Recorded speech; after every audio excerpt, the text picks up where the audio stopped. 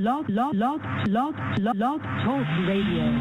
This thing right here is for my peoples in the streets. Yes, today. Blog Talk Radio. All right, y'all, welcome to Rsg One Mic. We're in the building, it's fresh. It's the summer season, so, we usually have a four-man booth, but, we did three, and it's just kind of how we rotate in this summer, but it's all good, and we're ready to roll. The name of this show is, what is in a name? And you'll hear about that when we get to the Cipher, because there's some interesting developments happening that we want to get into. But before I get into the show, into the open mic to start us out, I want to bring in my co-hosts for the show, my good friends and my compadres in the game. I'll start with the youngin, Darnell Kirkland Jr. How you doing, brother? I'm good. We missed Hank last week. Now we're missing Carl. But this shirt should show you what kind of mood I'm in today. But yeah, we had the young brother Makur Maker, which is he is Thawne Maker's younger cousin. He committed to. We'll talk about that. Don't get it too. I'm setting the stage. Okay. He committed to a historically black college, Howard University. Yep. And you got some other young cats on the way. You got Mikey Williams, Bronny James, a lot of these younger generation. Actually, I don't even know if this is on the rundown, but a guy that was committed previously to Cincinnati in football, he flipped. He decommitted and flipped to Tennessee, the Tennessee State, something like that. It's an HBCU in Tennessee. Mm. So there's a lot of movement going on with this historically black college movement. I would say. We'll get into the open mic. We'll get a little deeper in there and unpack that a little bit. What you would think for warming us up, youngin. Yeah, Hank was out last time in our last podcast, but he's back. I tried to drop the mic, man. I couldn't do it like you. I held my own. I held it as good as I could do it. But we're good to have you back, man. How you doing? I'm doing good. I'm pretty sure. I know you did a fine job. You always do. Glad to be out here with you guys again. I missed you all. I want to take an opportunity to wish everybody a happy holiday weekend. And as they say, it's hotter than the 4th of July. It's hotter than that here in Southeast Michigan. Boy, I swear. I saw the devil going up the street with ice cubes in his back pocket and a fan. I'm telling y'all, it's warm out there. So y'all not only just stay safe with the social distancing, but also stay hydrated. Just because y'all ain't got that California raisin thing going on. That skin be all wrinkly and dried up. That just don't work for some of y'all. Some of y'all you got to kind of keep it smooth. So with everything being closed, y'all stay safe out there. But I'm glad to be back. Yeah, I'm glad to have you back, man. And stay hydrated. I was out golfing with my brother. Took him out for the first time golfing. He, went to a park course and he enjoyed himself. But it was 90 out there, and by the time we got to hole 7, 8, 9, I think everybody was beginning to feel it. But it was good. So I had to drink that water prior. Drink it several hours, even several days. If you're gonna be out there. You got to get the water in you. It's not when you're out there, but you got to do it beforehand. But we had a good time out there. But it's 90 again today, so I don't know what to say about that. But, yeah, we're going to get into open mic. Before we do it, we want to remind you always to go to realsportsguys.com for all things Real Sports Guys, or at Real Sports Guys on most social media platforms. You can also find a lot of our content on Apple Podcasts and other podcast platforms. We're pushing it out as we can go. We got a lot of stuff going on. So we love if you have a chance to rate, give us that 5 and give us some feedback, and we'll keep pushing. We're an underground movement. We bring people in the community one person at a time. That's how we do things. So if you're your first time listening, thank you for being here. We look forward to having you come back and join us. All right, we're going to move into the open mic segment to kick this thing off. And, the youngin kind of gave a little teaser to this, and we kind of been talking about in the open mic. We've been kind of using this theme, power to the people, like kind of been a central theme. And so the folks, especially athletes, kind of taking back their ownership. And the latest trend has been, this conversation around athletes, which, I've talked about for a long time with folks, you know, some of these top athletes, particularly in a sport like basketball, where they can find you wherever you are. If you're good, they're going to find you. Doesn't matter.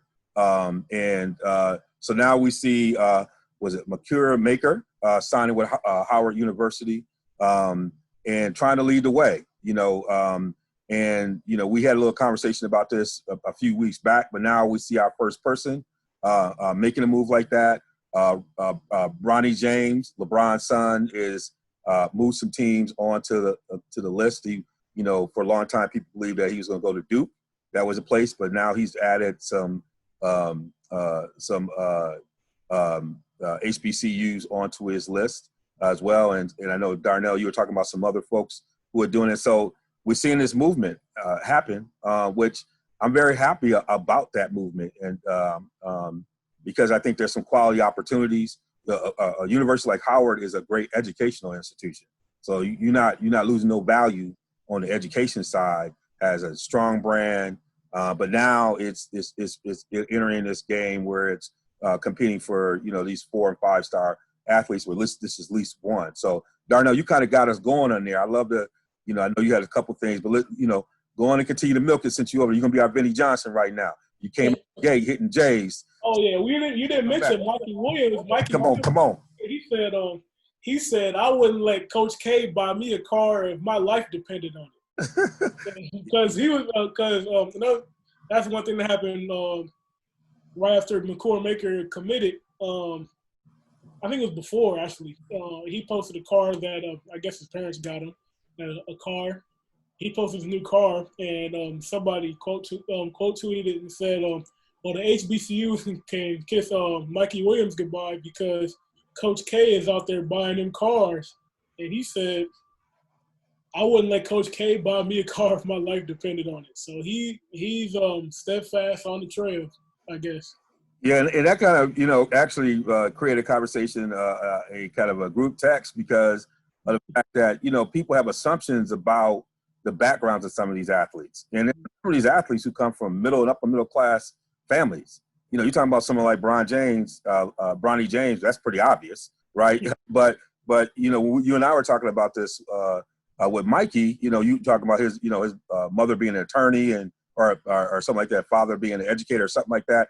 He's coming from an upper class family, so they see him with a new car, and there's some assumptions about how he got that car, you know. And so you and I are going back and forth. I mean, Darnell, you was laying out some points about that again, how people are defining. They think like even if not all black folks is broke. Yeah. Because he's standing in front of a new car, you know what I'm saying? You know, and you know, just, you know, and he had to come and shut him down. So that's gonna push a little bit. Hank, we love to hear your voice on this. I mean, this is a trend. I mean, we've talked about this for years. I mean, even going back to today about, you know, HBCUs and if athletes decide to go to HBCUs. I know you've been part of conversations about this for a long time. My concern is what you just mentioned, okay? BFWP, black folks with privilege. Okay, my concern is you talk about Bronny James, you talk about Don Maker's cousin. What's the connection here? Okay, they do have some means. So going to a Howard, a very esteemed black, historically black university stuff, it looks good out there. It makes press. Oh, we're going to start a movement to the HBCUs. Here's my concern, okay? That now what this becomes is a gimmick. All right. All of a sudden, we're going to go to the black colleges. But we're talking about basketball players right now, which means what? What do we know? Let's tell them the rest of the story. The rest of the story is that we've already heard where the NBA is talking about changing their rules and now going back to where they're letting high schoolers go back into the league, right? So we can start doing these little gimmicky things. We can call it a platform. We can call it everything you want to. But if you're still talking about the inner city kid that don't have the grades, that don't have the actual means to get into a Howard or to get into some of these other historically black, very educated driven, let's just call it out there, universities, And let's go back and look at some of these black colleges. That's what they were really trying to do. They were trying to educate these black kids back in the day because they couldn't get to a Michigan. They couldn't get to an Alabama. They couldn't get to some of these. So the education piece was very much more of the standard than even the athletic piece. So yeah, you can go and you can say that, but my concern is, okay, if you're just talking about basketball, I can go and use this gimmick, get into Howard, eventually maybe get me a Howard degree, but I'm going to the league the next year if I'm a Bronny James. I'm going to the league the next year if I'm Maker, okay? But if I'm somebody who I know I can't get the grades, I'm going to transfer if I'm not getting the minutes because of my academics, because of what the HBCU standards are, then I'm going to go to a school where I can at least get me some playing time, damn my grades, and then get to the league. But this is my concern about this. I'm concerned about the gimmick piece to this, and not use the black colleges as a gimmick. That I don't want to see this become, because you start getting kids start to apply for schools that they have no business going to, or they have no intentions of staying at. All right, and then they're using this because of the times that we're in. This is the thing that concerns me about this. And I would say that, but I think those same scenarios are about Duke. I mean, those same. I was gonna say that too. Yeah. Just in all these other schools where the thing is about, but let me say this. I know what you're about to say, but the thing is about. Let me finish my point. Then okay, I'm sorry. Go ahead. The same scenarios are with those schools, and so even if you go one and done in those spaces, these students still go back, and some of these one and done still go back, graduate. They still have that connection. They still have that affinity. They still have that ability to go back and provide resource in those same ways. And part of it is not every one of those students are going to be one and dones. Bronny might be one and done, but the other 2-3 people who come with him might be 3 and done, might be 4 and done. And so the impact can be, I think, especially in basketball, it can be, I think, overnight in the same way. Those questions exist for the same students who are looking at Michigan, Wisconsin, Purdue. I mean, those are any different questions. And in some of these other schools, it might be easier for them to get into a Tennessee State than it could be to get into Duke with the support they're going to have at that place. And so, I would say that, yeah, you got the one and done. That's going to be an issue you got to deal with. But these athletes who are one and done still rep their schools. They still look to support their schools. And not every one of them end up one and done. And so I think that's the part I was going to make. But to your point, yeah. My point. Let me just say this. Let me just say this. We'll go to you, Darnell. And Darnell, but my other point to that is that with your Dukes, with your North Carolinas, with schools like that, you have the school invested into the basketball program, almost like professional.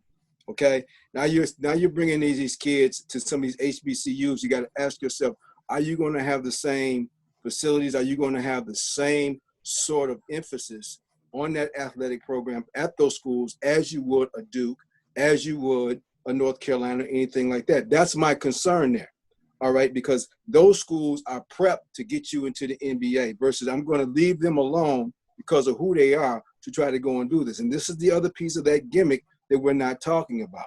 Now, we're going to invest the finances into those schools, so that they can be able to provide the same sort of facilities to get you to the NBA, or is it becoming a gimmick and now you're leading kids down this road when these schools are not equipped with those same facilities as these other schools to equip you to the NBA? That is a problem. And what it does is it sets up the HBCUs when they're used to having kids who can't make it to those other schools, but they're doing the best they can with them. Some of them, yes. I'm not really trying to knock it out.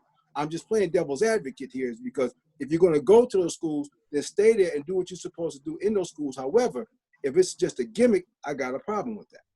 And I think that was part of Maker's position on doing this. He didn't want it to be a gimmick. He didn't want it. He's like, we're going to be committed to this. Let me be the first to do it. And I don't like using the framework gimmick because you can use that for any school.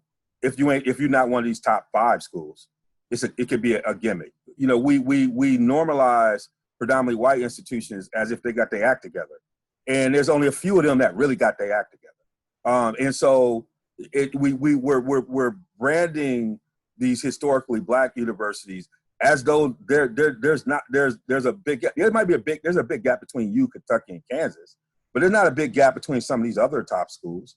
They don't have as much of accolade, and somewhat they have some other things that these other schools don't have that these athletes tend to have to deal with when they come in that are more environmental that they wouldn't necessarily have to deal with going to a HBCU. That becomes even more of a stress in their first and second year on those institutions when they're on predominantly white institutions, where they're being defined in ways that are go against who their core values are. And so, it takes one to get it started. But I think your point about the Howard coach said, we got to make this work. So your point about that is like, the first people got to make this work. We got to make it work as well. That point is with it, but I don't think these HBCUs many of these institutions have a lot of quality resources and ability to handle this, have good facilities to be able to do this. At least as good as some of these are mid-majors, at least, and in some cases may be pretty good. So like a place like Howard has facilities, has things that they can do. If not, you in DC, somebody like that, we can go and we might be able to play our games in the pro arena, kind of like DePaul has done in Chicago for a long time. So I get your point, but I want to make sure we're framing. I'm gonna get back to you, Darnell. I know you've been waiting. All right, so a couple points, because the first one I was going to make is it's not just about the initial guy like Makur Maker. He might not be a guy that plays 4 years, but it's about building the pipeline. It's about building a group of people behind him that's going to follow his lead. Because if you have a guy like that, that's a 5-star prospect. Believe it or not, there's guys that are looking up to these guys. The guys looking up to Mikey Williams, Bronny James, Makur Maker. There are other people that are in middle school now. They're going to follow in their footsteps, and they're going to follow and play at the schools. Because, just like other schools, like people that when we were coming up, we saw John Wall play in college. He only played 1 year, but Derrick Rose played for 1 year. And guys like that, you grow up and say, okay, I want to play for Calipari. But if you watch Makur Maker and you watch Mikey Williams play at Howard or a different school like that, then they might follow in their footsteps and play as well. But as far as the facilities not being up to par, that also ties into what I'm saying. Once you get the guys to come and once you get the attention to the school, the resources will come with it. Like it'll be like a work in progress. The schools will build with the following, and I think it'll be a great way to build these institutions to become a greater power. Like Murray State, Wichita State, they might not have the same resources that Kentucky or Duke would have, but they've put guys in the league. Like there's guys like John Morant. You had Giannis's little brother, Thanasis. He went to Wichita State. I think did Fred VanVleet go there too? Wichita. I think he went to Wichita State too. But smaller mid-major schools like that, they put guys in the league. Like Dayton. I'm not sure if Dayton have the same kind of facilities that you would see here in Michigan, or you would see in or at a big institution like Duke. But they put guys. They put good players out. So, but the more guys that'll come is the more resources. The more resources, the better we can build these institutions and to be a bigger power in basketball. And part of it is just, athletes are still going to go to Kansas and Duke, but to know that these are viable options. Right. Because the experience for these student athletes is going to be totally different at Howard than you're going to have there. The love, the energy in the stands is going to be a totally different environment than, you got to do crazies, but there's a different environment when you're playing at an HBCU that I think these athletes might be connecting with from a culturally connected kind of place. And like Howard's a great example. Under Armour's not too far from there, headquarters. And so a lot of these arenas have corporate sponsors. A lot of this stuff, like the Kohl Center, at Madison, there's a lot of corporate donors who help with these facilities. So, if you can start to get corporate partners, and a lot of these corporations are, if they want to put their money where their mouth can also be there to be able to support facilities opportunities in HBCUs. So I think there's some things. It's not to say, I think, Hank, you're making some really good points. Anytime we're trying to start something like this, it's going to be tough. Like, you want to make sure what's the sticking part about it. But I think it's got to start with these young players who come from middle class and upper middle class. It's got to start with them because they have the resources to take the chance to help build the momentum so the other cats can do it. On a lot of these campuses, these are the campuses who are serving mostly first-generation college students. A lot of these HBCUs, they understand, so there's an affinity when you're talking about students who might be coming from, urban environments or are coming from areas that have hardship. The institutions that have been serving them the most have been HBCUs and community colleges. So these are institutions who understand how to work with families coming from that. But I think what ends up really flipping this a little bit is when you have a Bronny, when you have somebody like Mikey or someone like that who's coming from, like many other kids who are at those institutions like at Howard, come from professional families. So you get the mix as well. So it's a story to watch. Like I think Hank and I have been part of this conversation for a long time. These have always been arguing.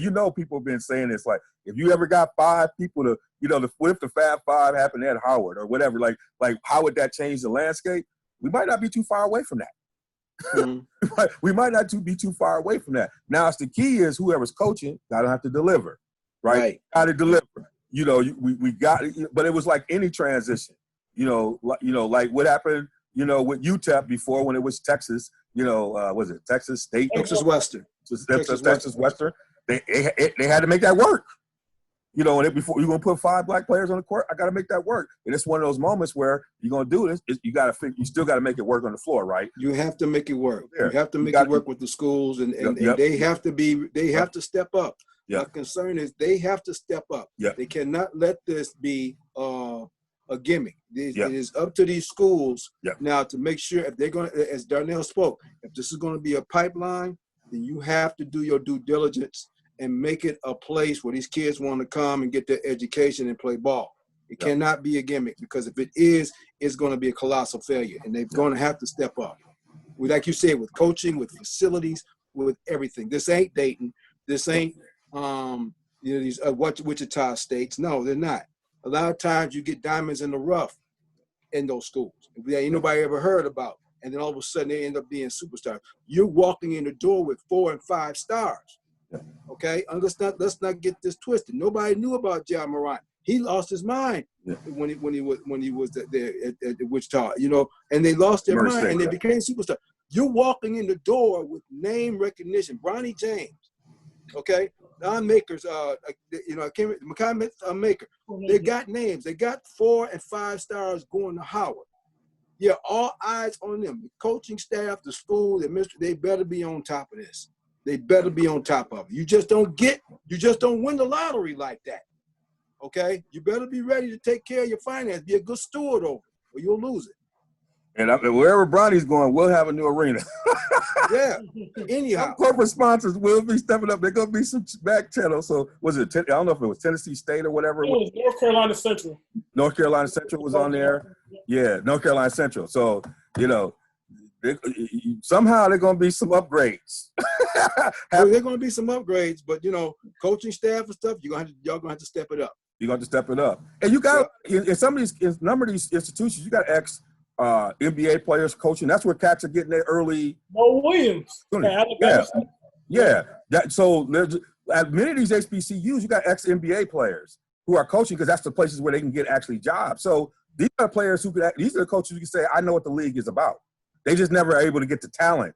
So when you got people like Mo Williams and some of these guys who are already coaching down here, I think that's where folks are looking at, because these guys have been in the league. They know what it takes to get the league, but they weren't like Penny, who could get the fast track to the Memphis job. So they start out in the HBCUs. So those are the coaches you can go in. Those are places that you can find coaches. And also those are places that can work with ex-NBA coaches or ex-NBA players who want to go into coaching, who know what it takes to get to the league. So that's going to be some interesting dynamics. We're going to dig deeper as we can start to look at it. I just want to dip my toe in it, because this will be a Cipher topic in the future. So let's get to the Cipher. What is in the name, y'all? Forever. Hank, we've been on these airways for a while talking about this. In the Washington, no names, we won't even, a lot of times we won't even use the nickname on the air. Boy, we know this is a movie. We got Confederate flags coming down in Mississippi, and now we're gonna have a name change in DC with an owner who said he was never gonna do it. But when you get these corporate sponsors coming out, when you get these corporations, this tells you the power of the business landscape. Now everybody got new names coming out. So when you saw this thing unpacking, I'll start with you, Hank. What were your thoughts, man? Because we've seen this, we saw the momentum, we've seen polls, we got people misreading data from Native American communities, indigenous communities, trying to justify keeping it. But now it seems like there's movement, man. Look, this is the most racist name in sports. I know. And the fact in DC. I'm not talking about in sports. Yes. I can't even fathom that in 2020, it's taken us this long for this particular sports franchise to realize just how blatantly racist this name is. Can you imagine the Detroit Blackskins? Can you put in your head the Los Angeles white folks? I mean, nobody. Think about this a minute, okay? This is what we're talking about. That's how blatantly racist this is, and the fact that you had people sitting around here trying to say, "Oh, this is ridiculous." Okay, I mean, there's two names in sports that should. I can't. It blows my mind that it's gotten us to that it took all of this for somebody to realize, maybe we should change the name of that. Okay, can you imagine? Just think about it. Can you imagine? I don't know, the San Francisco Chinaman. Think about how crazy that sounds.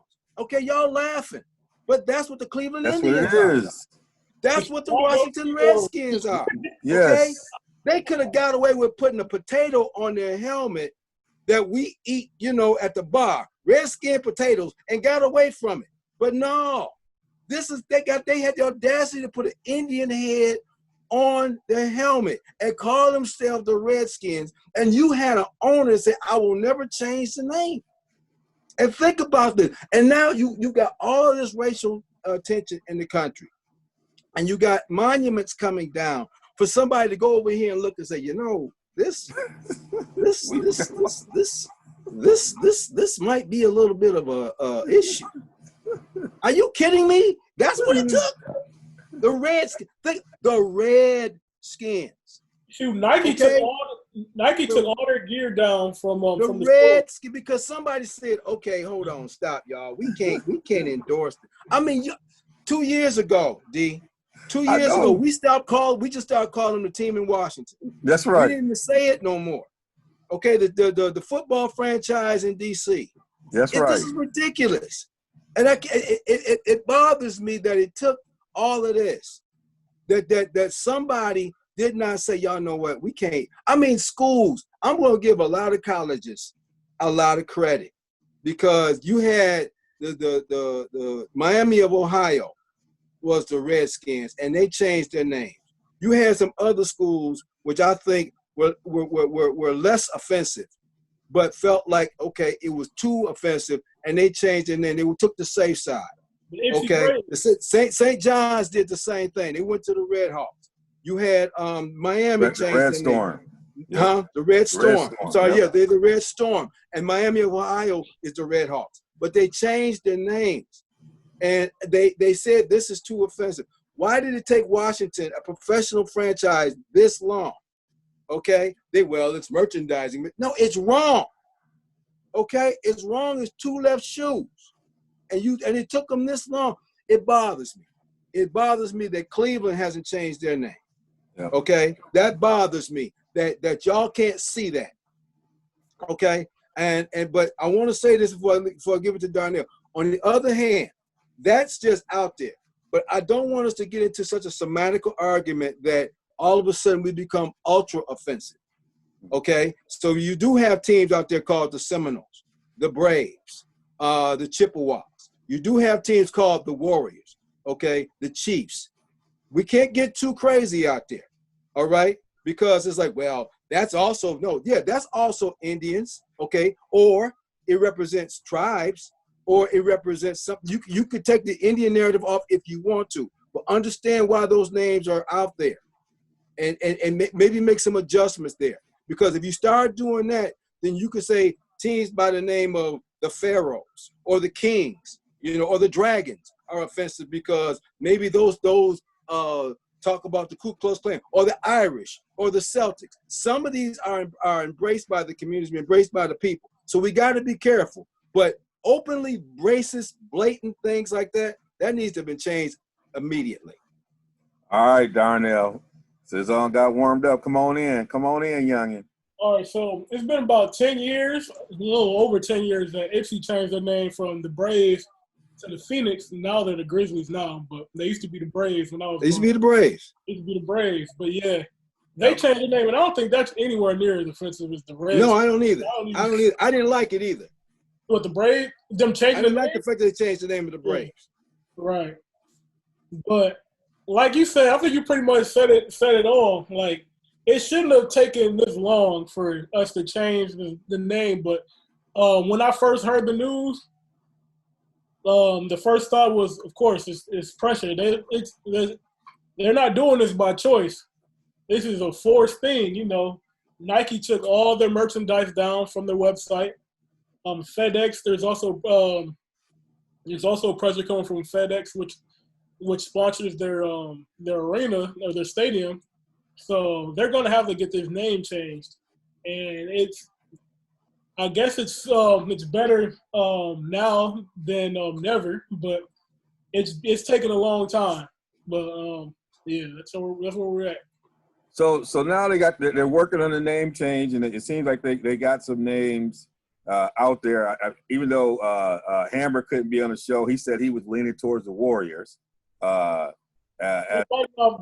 They bought off of WCC. That's the Washington Warriors. So what have y'all had a chance to look at the list of names that they have up here that they have coming up? I saw a couple. I'll show it up here but I have a little technical difficulty. But one of them was the Washington Red Presidents, the Warriors. What was the other one? The Red Tails, like the movie Red Tails with the. Oh, okay. Yeah, they got out of control with that one. So I mean, and Rivera says there's a couple names he likes, which I think is helpful because you bring it. Rivera is, so you got the Red Tails, the Warriors, the Monuments. So we got the presidents, the generals, Lincolns, Americans, Kings, memorials, capitals, veterans, Jeffersons, Roosevelts, monuments, Arlingtons. I don't know about all that.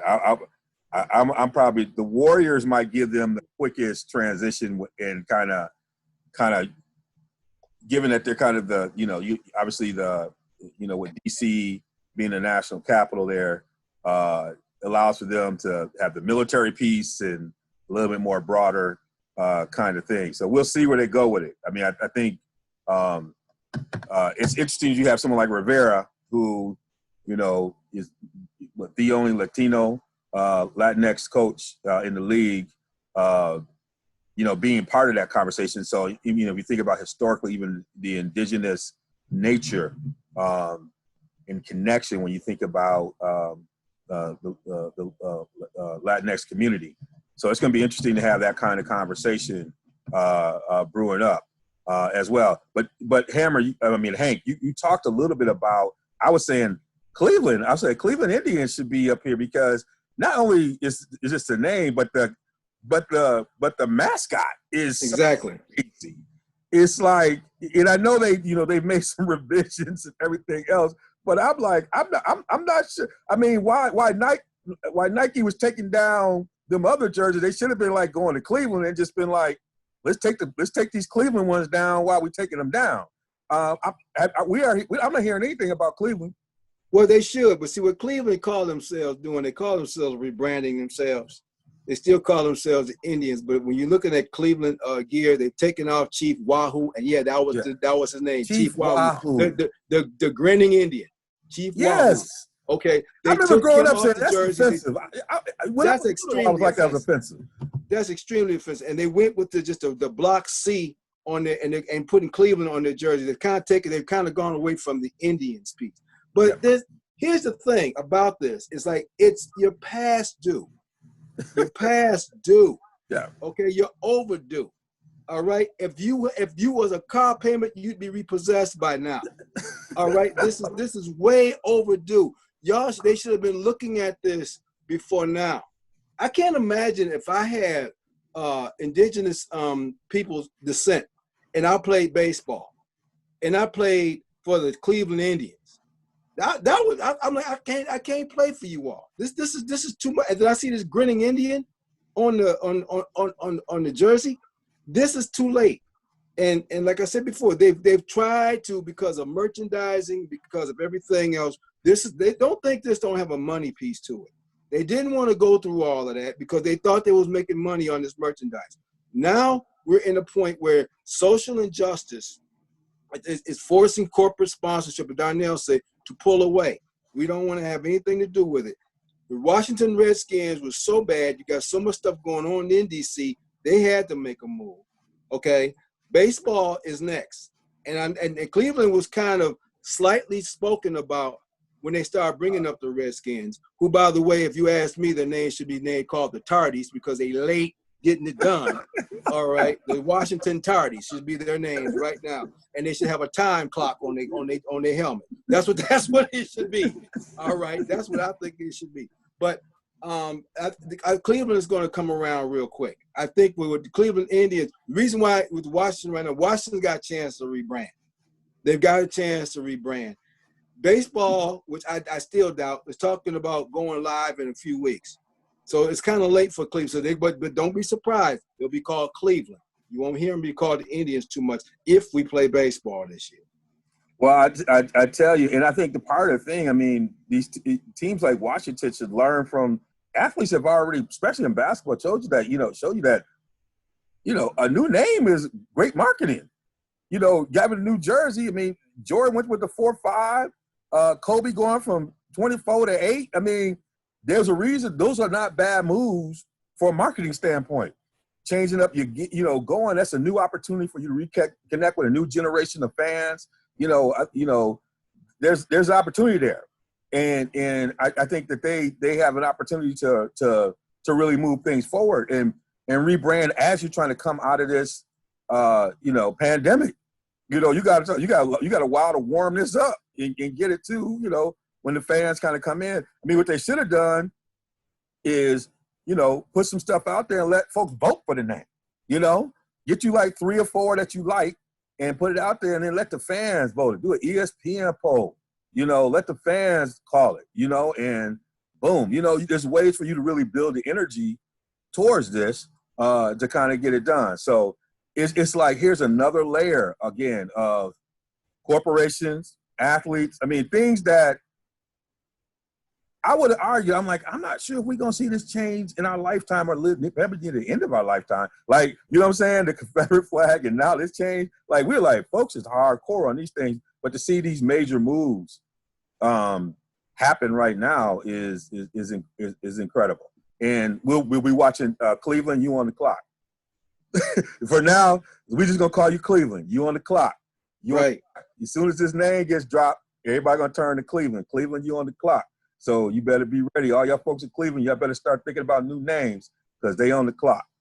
Well, hey, this has been a good show, kind of getting this going again. Go to realsportsguys.com.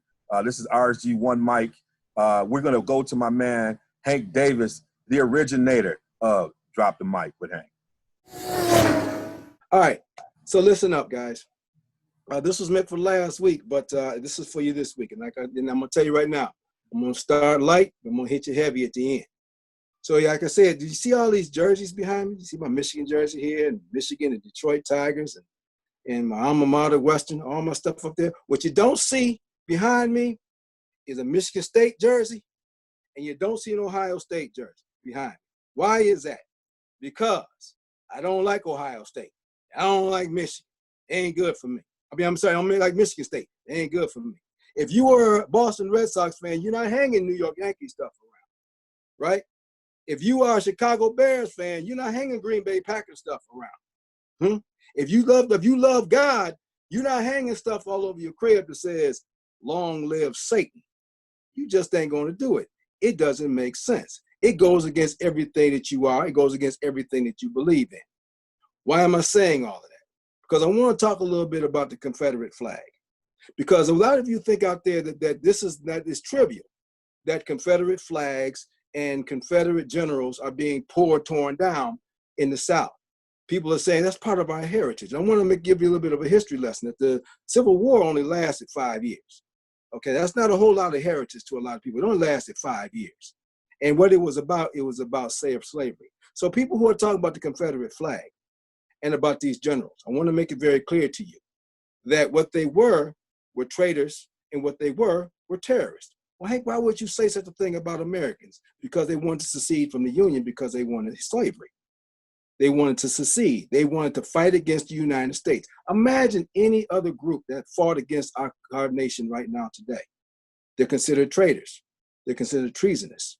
Okay? Think about Nazi Germany. Killed all these different people. The swastika in Germany right now is bad news. It's hated. You're never going to see a picture, you're never going to see Adolf Hitler, a statue of Adolf Hitler anywhere in Germany because it is bad news. It's a bad taste. Going back to ancient Egypt, if you had a bad pharaoh, they stripped him from history. There's a pharaoh right now. I can't remember his name, but they done tore his face off of monuments that far back because of the legacy that he left. So why here in this country are we okay with glorifying treason, with glorifying traitorism?